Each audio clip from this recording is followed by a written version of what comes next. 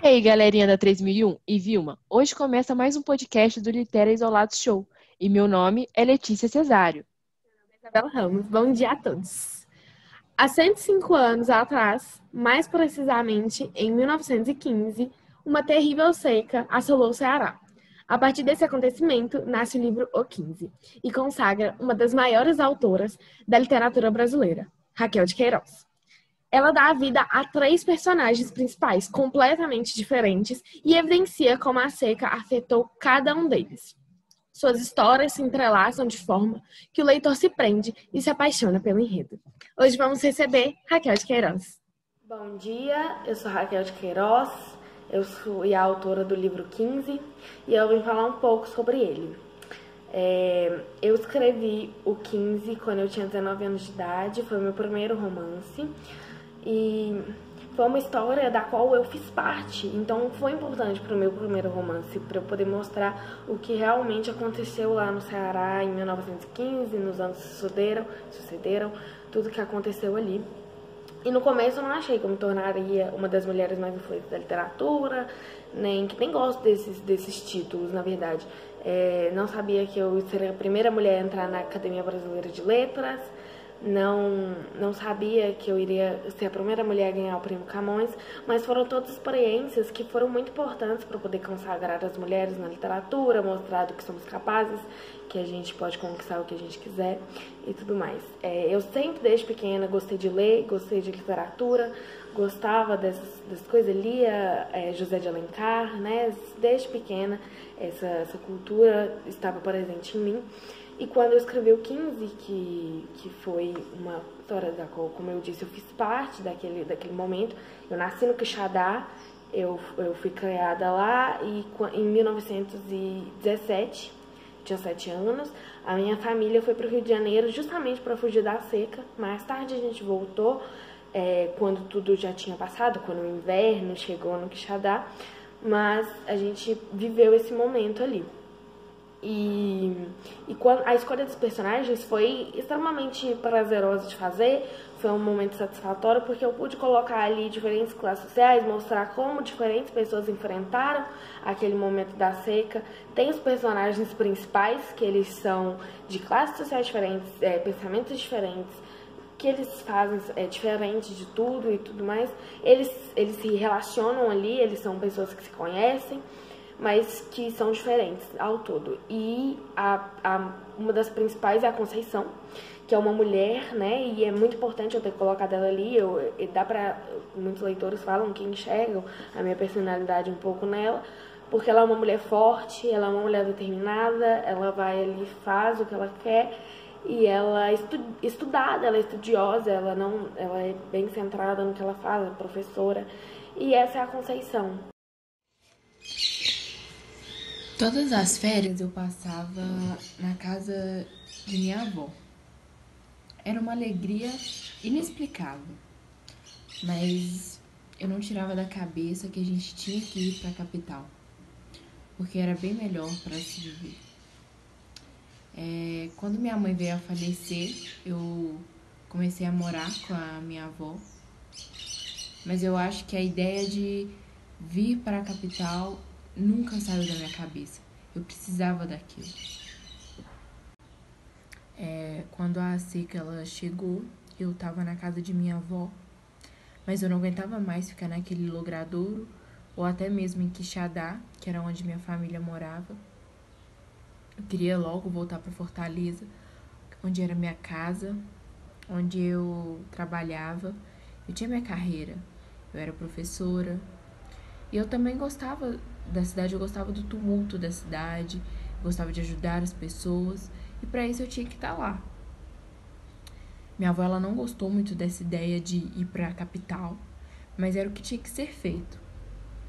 Eu não tenho nada para reclamar da mãe Nácia, mas ela era uma pessoa muito teimosa. Ela era tudo para mim, mas ela era uma pessoa muito teimosa. Ela não queria ir para Fortaleza de jeito nenhum. E minha avó ela também sempre dizia que eu tinha que casar, que eu era uma pessoa muito sozinha, que eu era atípica, porque eu não tinha ninguém ao meu lado. mas eu me sentia bem daquele jeito.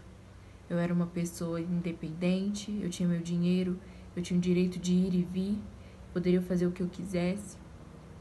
E eu gostava de ser assim, era meu jeito de ser. Eu sentia que faltava alguma coisa, mas não seria uma pessoa ao meu lado, poderia ser outra coisa.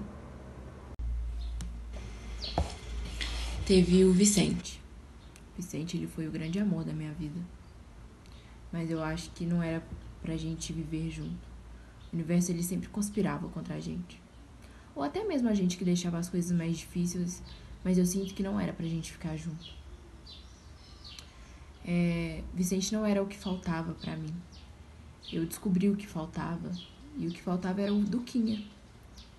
O Duquinha, ele cobriu o meu vazio. E eu comecei a cuidar do Duquinha, que é meu afilhado. Ele é filho de Chico Bento e Cordulina. E eu devo tudo a esses dois, porque foi eles que deixaram eu cuidar de Duquinha. No fim, o inverno chegou, a chuva veio e Mãe Nácia, ela foi embora para o Logradouro, mas eu continuei em Fortaleza, porque eu sinto que aquele é meu lugar, é lá onde eu deveria ficar. E eu fiquei cuidando de Duquinha, e foi a melhor coisa que eu fiz na minha vida. Na personagem da Dona Inácia, eu depositei muito tradicionalismo regional.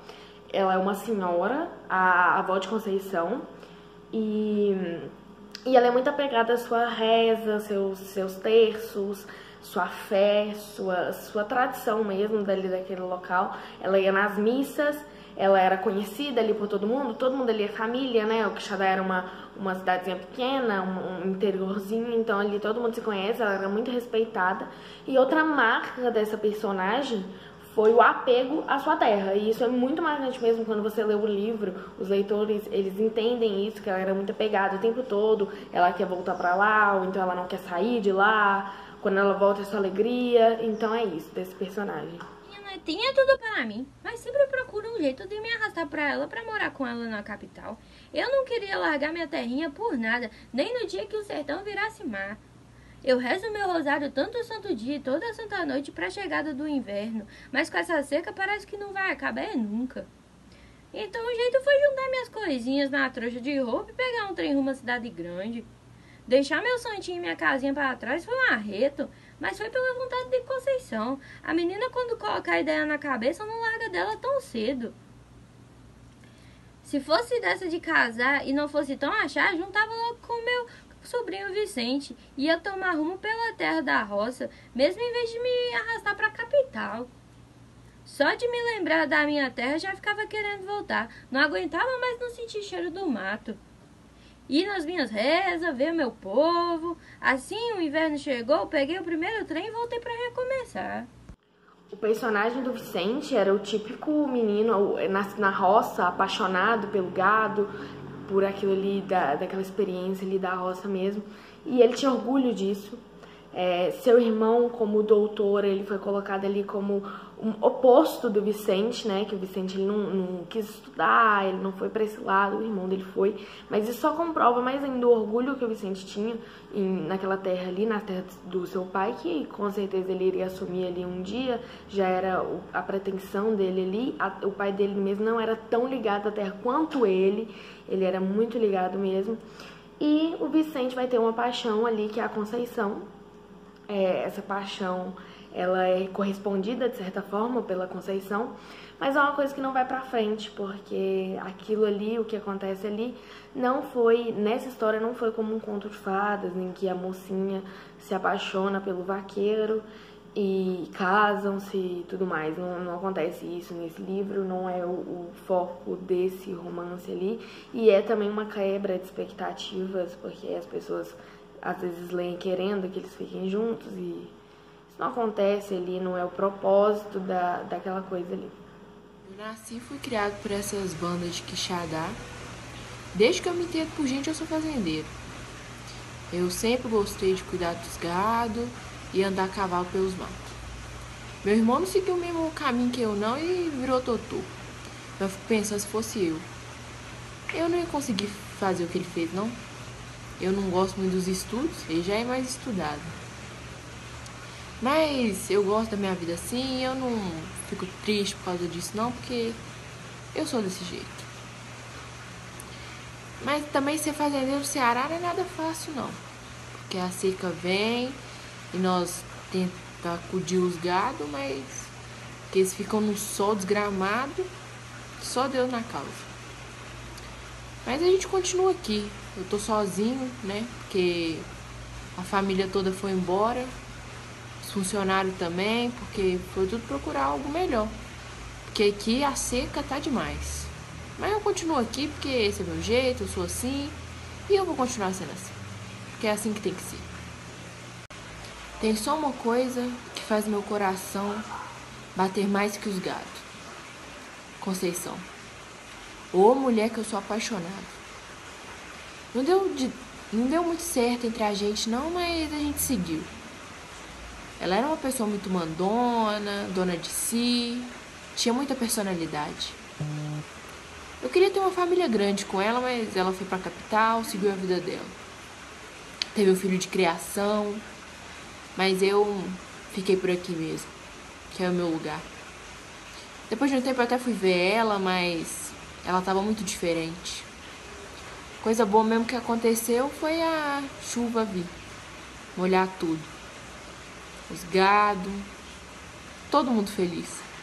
Eu tinha fé que isso ia acontecer e aconteceu. E no final ficou tudo bem, né? Claro que era de extrema importância colocar um personagem que fosse enfrentar mais dificuldades, que fosse estar ali à margem da sociedade realmente, porque foi a realidade de muitas das pessoas ali naquela época. E essa personagem foi o Chico Bento, ele, a família dele e tudo mais.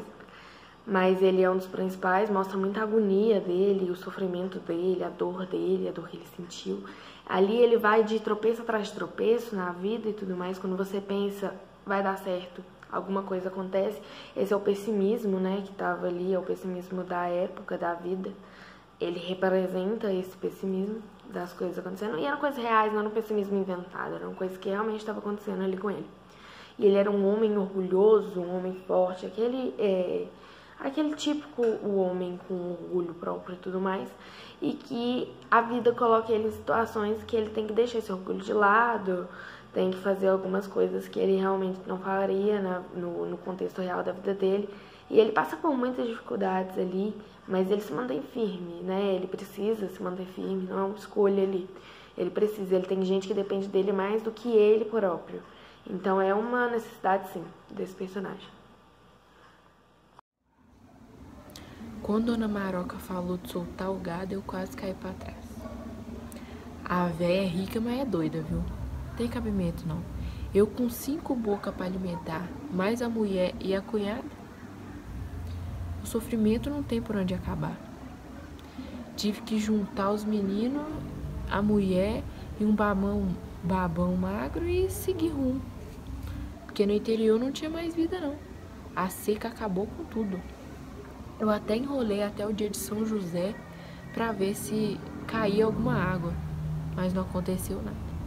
E para piorar, o governo corrupto falando que não tinha passagem para viajar, sendo que era tudo mentira, porque tinha sim, só que estava tudo reservado para os ricos, né? Mas não adianta ficar espritado, né? E assim fomos, com 5 meninos gritando e choramingando de fome. Eu mesmo tentava nem pensar, porque o estômago estava ardendo na fome. Foram bons dias andando com o sol queimando as costas, dormindo no chão duro, sem água, sem comida. Mas continuamos. Tinha largado a cunhada numa cidadezinha que passando. Ela até que ajudava bastante Cordulina, mas ela foi viver a própria vida. Sofrimento de verdade foi perder meus meninos. Um deles morreu pra fome, comeu uma caixeira crua e morreu envenenado. E o outro sumiu. Mas esse aí pode ter sido também esperto, para se ajuntar a quem podia cuidar melhor. Cordulina não estava mais reconhecível. Casei bem, estava gorda, sorridente. e ele estava puro osso, uma tristeza sem fim. A parte boa foi ter encontrado meu compadre, Luiz Bezerra, homem bom, delegado de Acarapé. Deu roupa para nós, comida e botou nós no trem para a capital. Já na capital, quando a gente menos esperava, encontramos Conceição, toda moça, crescida, ajudando no campo de concentração que nós estávamos. Essa tem um coração bom. Levou a gente para casa dela, brigou. Cordulina e os meninos que sobraram na tenda também. Depois ela auxiliou que a gente fosse para São Paulo, mas insistiu em ficar com o Duca. Ela era nossa comadre também, porque ela era a madrinha dele.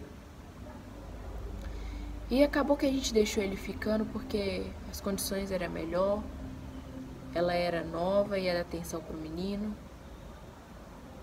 Rodolina também aceitou porque a gente viu que era a melhor coisa a se fazer. Mas a gente só pediu que ela cuidasse muito bem do nosso filho. Mas aí partimos para São Paulo e deixamos ele lá. Da mesma forma que a Conceição foi colocada como uma mulher forte, segura de si, não dependia de ninguém e tudo mais, foi importante colocar também a Cordulina, que era uma mulher que era um pouco mais padrão para a época, mais seguindo o patriarcado da época, que era aquela mulher dona de casa, cuidava dos filhos, do marido. O marido trabalhava, aqui no caso é o Chico Bento, mas também mostra um lado dela que ela não é só aquilo. Ela também sente muita dor. Ela foi muito companheira do Chico Bento, ela não largou ele em momento nenhum, ela foi atrás dele, junto com ele, né? Não foi atrás dele, ela estava ali como companheira dele e cuidando dos filhos. A dor dela era a dor dos filhos e tudo mais, mostrou o quanto ela era forte, mesmo com as perdas, o quanto ela sofreu ali. E é importante para mostrar os dois lados, porque não é só a mulher forte que existe, não é só esse é um que a gente almeja, né, que seja mais e mais, mas também tem o outro lado, e esse outro lado também sente, esse outro lado também tem uma força, né, toda mulher tem uma força. Então é importante mostrar isso, é importante que quando os leitores leem, eles percebem isso, que essa mulher é forte, ela foi ali e lutou pelo que ela estava passando ali naquele momento, porque ela também sofreu muito. No caso, é que Chico Bento, a vida era boa. Às vezes me perco pensando nisso. As dificuldades eram muitas, mas a gente dava um jeito. No sertão não é um trabalho fácil, cuidar da casa com 5 meninos. O Chico trabalhava muito, mantinha nós, minha irmã mais nova, que olhava o Duca. Mas com essa seca do gramado, uma perdendo o jornal ganho, tivemos que partir pra algum canto, né? A mocinha ficou no meio do caminho e nós seguíamos ela. Eu senti era fome demais, só que, né, pra mamãe, as crianças comer já era alimento já. As pernas mesmo não sentia mais, e ainda assim carregava os meninos. Cada choro deles era umas dores que eu sentia em mim, viu? Pior mesmo foi perder o Josias e o Pedrinho. Não, minhas crias morrendo por esse filho, não é de se passar, não. Por isso mesmo que depois da ajuda da comadre Conceição, que eu me vi, né? Convenci eu de deixar o Duquinha lá com ela lá. Assim o menino não ia sofrer mais, ele ia viver a infância dele, né? E eu ia lá aproveitar lá. Eu, Chico, os meninos que sobrou, a gente pegou um trem e partimos pra São Paulo pra ver se a vida melhora. Então foi isso. Agradecer a organização do programa pela oportunidade de vir aqui. É importante sempre a gente falar dos nossos livros, da nossa literatura brasileira no todo. E é muito importante esse tipo de trabalho. Bom, eu queria agradecer a Raquel pela sua presença no nosso podcast e também falar que foi muito satisfatório ouvir a sua história. É isso, muito obrigada, Raquel, obrigada a todos os ouvintes, todos que estiveram aqui com a gente. E lembrando que tudo isso é gravado devido ao isolamento, então por isso que a gente não interfere. E até a próxima história.